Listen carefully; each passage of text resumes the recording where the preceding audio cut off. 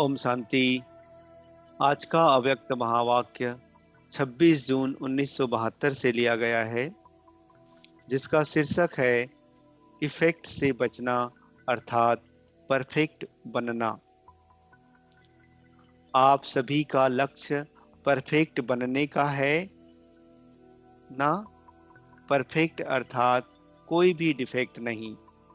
अगर डिफेक्ट होगा तो उसकी निशानी क्या होगी? कोई न कोई प्रकार का, चाहे मनसा संकल्प में, चाहे संपर्क व संबंध में, किसी भी प्रकार से माया का जरा भी इफेक्ट होने के कारण डिफेक्ट होता है। जैसे शरीर को भी कोई बात का इफेक्ट होता है, तब बीमारी अर्थात डिफेक्ट होता है। जैसे शरीर को मौसम का इफेक्ट हो जाता है व खान पान का इफेक्ट होता है, तब बीमारी आती है। तो कोई भी डिफेक्ट ना रहे, इसके लिए माया के इफेक्ट से बचना है।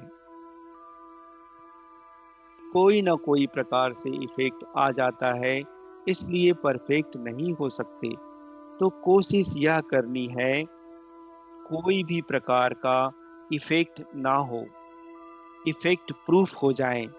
इसके लिए साधन भी समय प्रति समय मिलते रहते हैं। मनसा को इफेक्ट से दूर कैसे रखो? वाचा को कोई भी इफेक्ट से दूर कैसे रखो? व कर्मणा में भी इफेक्ट से दूर कैसे रहो? एक एक बात में अनेक प्रकार की युक्तियां बताई हुई हैं, लेकिन इफेक्ट हो जाता है। बाद में वह साधन करने की कोशिश करते हो। समझदार जो होते हैं वह पहले से ही अटेंशन रखते हैं। जैसे गर्मी की सीजन में गर्मी का इफेक्ट ना हो, इसका साधन पहले से ही कर लेते, उनको कहेंगे सेंसिबल। अगर समझ कम है तो गर्मी का इफेक्ट हो जाता है। तो कमल फूल समान सदा इफेक्ट से न्यारा और बाप का प्यारा बनना है। हर एक को अपने पुरुषार्थ प्रमाण व अपनी स्थिति प्रमाण भी मालूम होता है कि हमारी आत्मा में विशेष किस बात का इफेक्ट समय प्रति समय होता है। मालूम होते हुए उन साधनों को अपना नहीं सकते, चाहते हुए भी उस समय जैसे अनजान बन जाते हैं।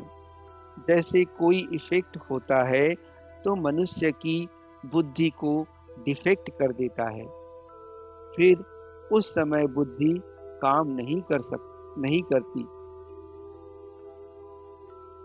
वैसे माया का भी भिन्न भिन्न रूप से इफेक्ट होने से बेसमझ बन जाते हैं, इसलिए परफेक्ट बनने में डिफेक्ट रह जाता है। जैसे अपने शरीर की संभाल रखना जरूरी है, वैसे आत्मा के प्रति भी पूरी समझ रख चलना चाहिए। तब ही बहुत जल्दी इफेक्ट से परे परफेक्ट हो जाएंगे। जानते हुए भी कहाँ संग में आकर भी गलती कर देते हैं।